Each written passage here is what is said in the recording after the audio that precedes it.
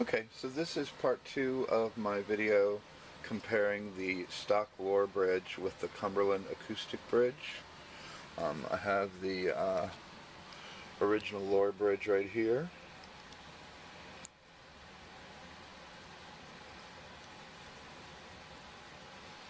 And then this is the Cumberland acoustic bridge.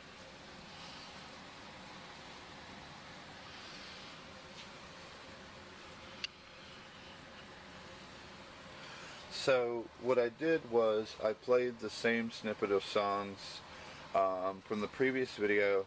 Actually, it's the same performance of those songs, because at the same time that I was recording the SPL meter with the camera, I also had the mandolin plugged into the computer and was recording direct through the JJB piezo pickups into Reaper. So you're actually hearing the same thing that I was playing at the same time, if that makes any sense. But I did label them, so when it jumps back and forth between the two different bridges, I don't think you're going to have any trouble telling the difference, but I did go ahead and label which was which. So check that out.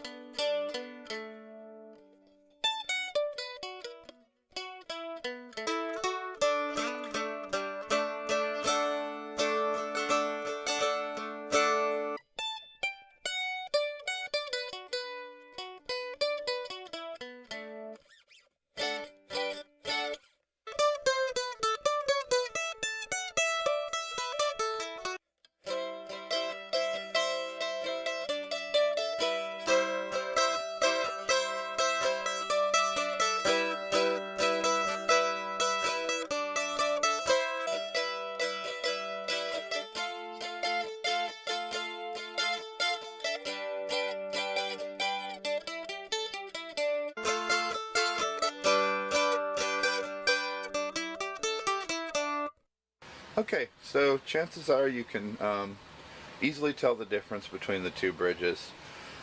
You can tell that the stock bridge is obviously quieter. The Cumberland Acoustic bridge drives the top a lot more. I think that much is obvious. It does lose, as I mentioned in one of the, captions, it does lose a little bit of that sweet round tone that it had before, which is actually kind of what I was hoping would get louder when I put the bridge on. But what I do notice is that, I mean, it does sound like a completely different mandolin, basically. But, it is brighter, it's louder, you can hear the courses really well. Comparatively, it sounded like the old bridge had 4 strings instead of 8. So, yeah, so I'm definitely going to leave it like it is. Going to keep the Cumberland bridge. It definitely, I think it gives it a more complex tone. That's the best way I know how to describe it. There's a lot more going on there. There's definitely better balance across the strings. I noticed that, before the 2 inside courses sounded a little bit different than the outside courses. The outside ones, they vibrated and you could hear the tone from the strings, but it seemed like when you played the inner 2 courses, you could hear the tone from the strings as well as the reverberation in the body. I don't know if that makes sense or not, but it definitely seems a lot more balanced now. It's a lot brighter. It sounds more like an expensive acoustic guitar, actually. And I'm sure some of you will say it's probably my choice of pick, but right now it's working for me. But, I might have to adjust with the, with the sound of the new bridge. But anyway, I hope this is useful. I wanted to mention a couple other things before I wrap it up. I was able to get the action much lower than I was able to before with the stock bridge. Actually, I had to modify this one quite a bit, and I'll get into that in a minute. Yeah, so I'm able to get it much lower without it buzzing. The stock bridge, the low G string, sometimes if I'd hit it really hard, like when I played that REM song, You Are the Everything, the really hard open strums, it sounded almost like the strings were buzzing against each other, but I don't have that issue anymore.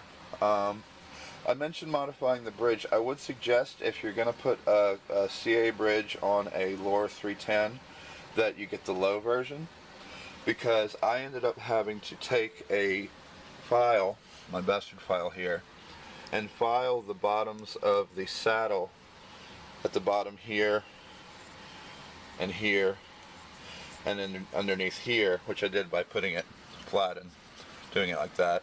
But apparently the more ebony you take off the saddle, the more likely it is that it might crack, which I obviously didn't know at the time.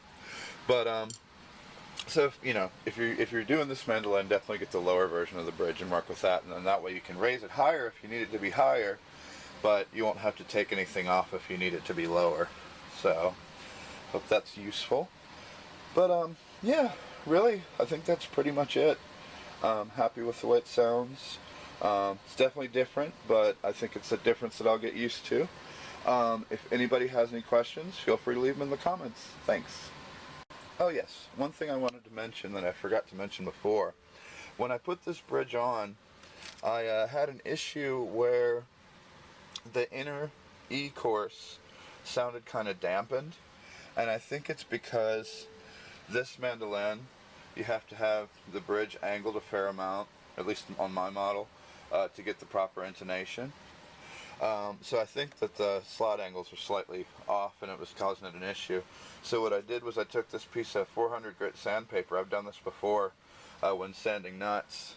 Sometimes if you have a bad nut slot, or if it binds, you take this sandpaper and you stick it in the nut slot and you go at a downward angle toward the headstock. Didn't mess with the nut this time, but it's the same technique except in the back you angle it toward the tailpiece, because you want that break angle where the string goes over. So what I did was I just sanded the inner course on the E inner course, haha, and tilted it backward and just kind of, worked the slot a tiny bit to make sure it was nice and clear and clean, and broke a string trying to retune it, and then put it back on, and now it's fine. So Just wanted to add that extra tip because I did a fair amount of Googling to try to figure out what the problem was in case anybody has the same issue. Thanks for watching. Bye.